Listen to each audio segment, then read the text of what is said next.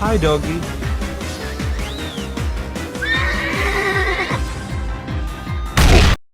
Well, that was different. What's going on, my dudes? Dove here, and today I'll be going over my somewhat belated Pokemon Legends Arceus review and what I hope to see maintained in the upcoming Pokemon Scarlet and Violet games. I gotta tell you, Pokemon Legends Arceus surpassed my expectations and definitely delivered. I can tell based on how this game looks that it was definitely made as a testing ground for Game Freak, given how the upcoming Gen 9 games are going to be open world and whatnot. How well Legends Arceus will hold up in the future remains to be seen, but it definitely was a welcome change, so let's get right into it. By the way, if you like Pokemon content, be sure to like, comment, and subscribe because I have lots planned for Pokemon Scarlet and Violet, and you don't want to miss out on that.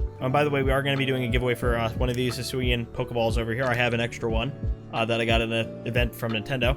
So, yeah, we'll be giving that away to one lucky subscriber, so hit the button and the bell.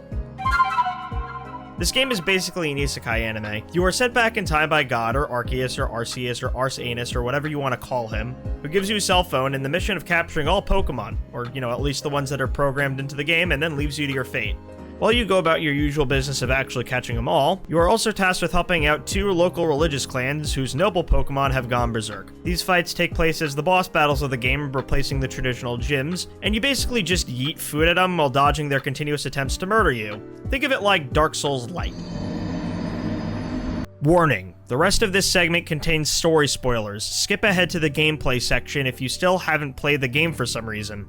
After calming the 5 noble Pokemon, stuff goes south and the rift in the sky opens up wider and starts distorting space and time, turning the sky red. You are ejected from the village to go bunk with Volo, a friendly merchant who has been mysteriously following you throughout the game, at his girlfriend's place, or whatever she is, and tasked with making the red chain with the help of the Lake Guardians in order to bind reality, which is then used to calm Dialga or Palkia depending on which clan leader you pick. And then you have to fight the other one in a battle similar to the other bosses in the game. After that, the credits roll, which is kinda weird because the story is honestly not over. In the post-game, you go around fighting other legendary Pokemon with the help of Volo to collect all the plates. And surprise, surprise, he's actually the malicious villain of the story, with one of the most incredible in-game boss battles to date. The simple story isn't total garbage. Yeah, they probably could have done more with it, but it gets its point across.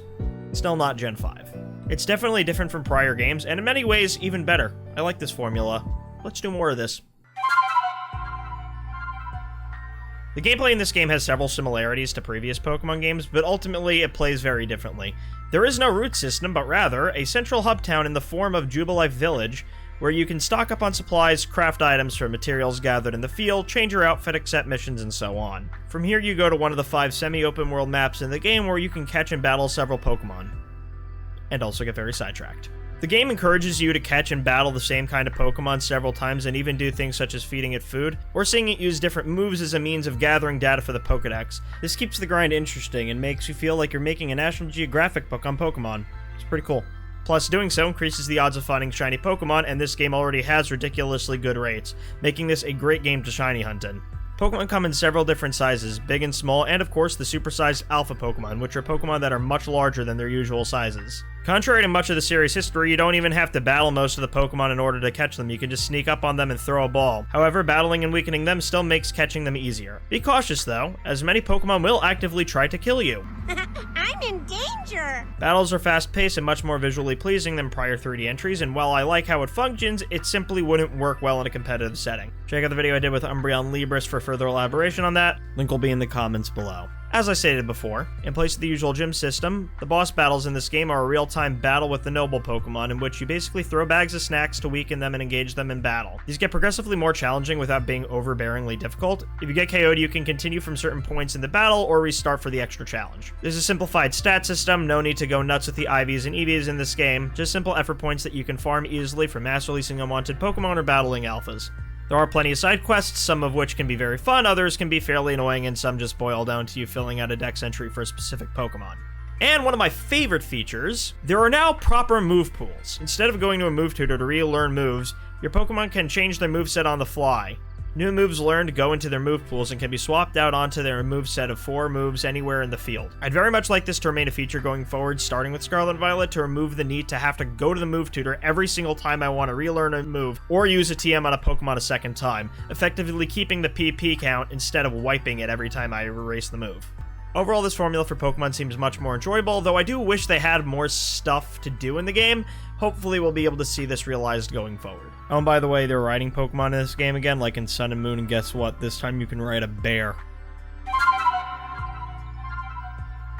I'm gonna be completely honest with you. This game looks like a Wii game. Just try to get past it. In regards to the Pokemon and character animations, though, they still aren't perfect, but it's a massive improvement over Sword and Shield. Many of the Pokemon look like they have personality again and don't seem nearly as stiff. Battles are quick and flashy. Pokemon now visually move forward and make contact with moves that require such, which almost always looks great. Pokemon also now sit on a raft while battling in the water, though this also applies to semi-aquatic stuff like Vaporeon, which, let's face it, should be swimming in the water. It's not perfect, but a step forward. The music is great, but overworld music is often interrupted or infrequent due to regular battles and such.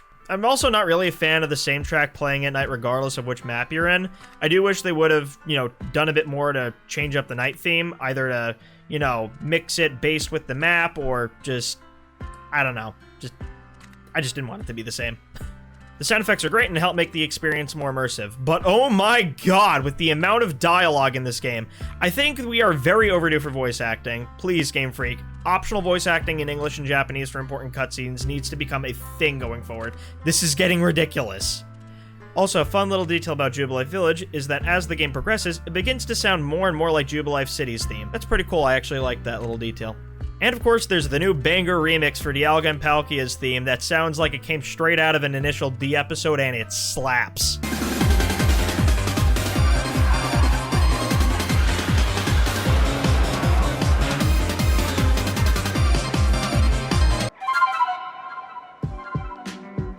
Once you finish the game and beat Arceus, there really isn't much left for you to do, unless you're like really into shiny hunting.